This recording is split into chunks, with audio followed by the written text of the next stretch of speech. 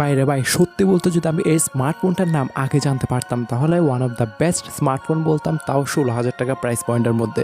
Basically আমি যতগুলো video করেছি 16,000 টাকা প্রাইস পয়েন্টের মধ্যে টপ 5 বলো কিংবা টপ 3 স্মার্টফোন বলো, সেক্ষেত্রে ক্যামেরা ভালো দিলে ডিসপ্লেতে কস্ট কাটিং করেছে, ডিসপ্লে ভালো দিলে ব্যাটারিতে কস্ট কাটিং করেছে, ব্যাটারি ভালো দিলে পারফরমেন্সে কস্ট কাটিং করেছে, কোথাও না কোথাও কস্ট কাটিং করেছে বস। বাট এমন একটা স্মার্টফোন প্রোটনের হাইপার এক্স থেকে আমরা দেখতে চলেছি, কি দেখতে চলে অলরেডি দেখছি, যেখানে আপনার 108 মেগাপিক্সেলের প্রাইমারি সেন্সর থেকে শুরু করে 120 হার্জ রিফ্রেশ রেট যুক্ত একটা ফুল এইচডি প্লাস ডিসপ্লে।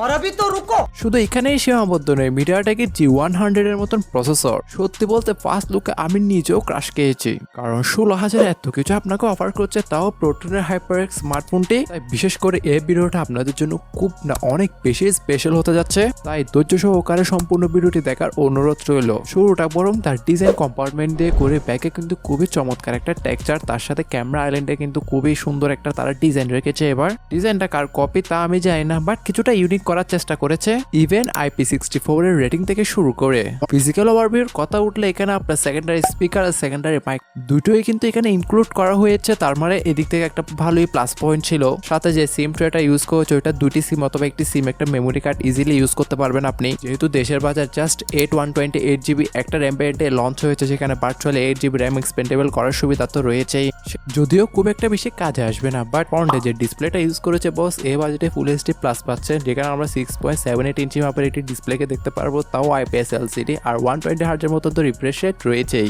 সাথে নাকি আবার ডাইনামিক আইল্যান্ডের মতন ফিউচার। হ্যাঁ, এখানে যে পাঞ্চলটা দিয়েছে এখানে কিছুটা ডাইনামিক আইল্যান্ডের মতন আমরা ফিউচারকে দেখতে পারবো। আপনারা অনেকে অনলাইনে গিয়ে সার্চ মারে দেখতে পারেন, সেখানে অবশ্যই HD প্লাস দেখাবে ডিসপ্লেটা।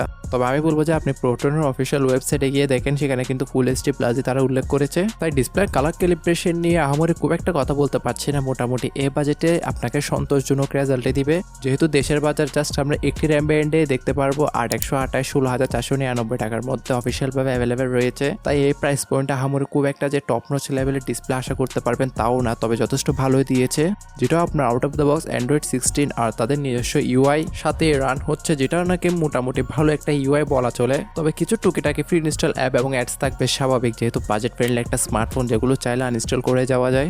তাই আশা করছি এটা নিয়ে আপনার কোনো সমস্যা হবে না। আর যদি প্ল্যাটফর্ম নিয়ে কথা বলি, এখানে মিডিয়াটেকের G100 এর মতো 6nm বেস্ট একটা অক্টোকোর চিপসেট ইউজ করেছে তারা, যেখানে আমরা অন্তত স্কোরের রেজাল্ট পেয়েছি 5,62,000 মতন। সত্যি বলতে এটা আসলে ইমপ্রেস করেছে এই বাজেটে।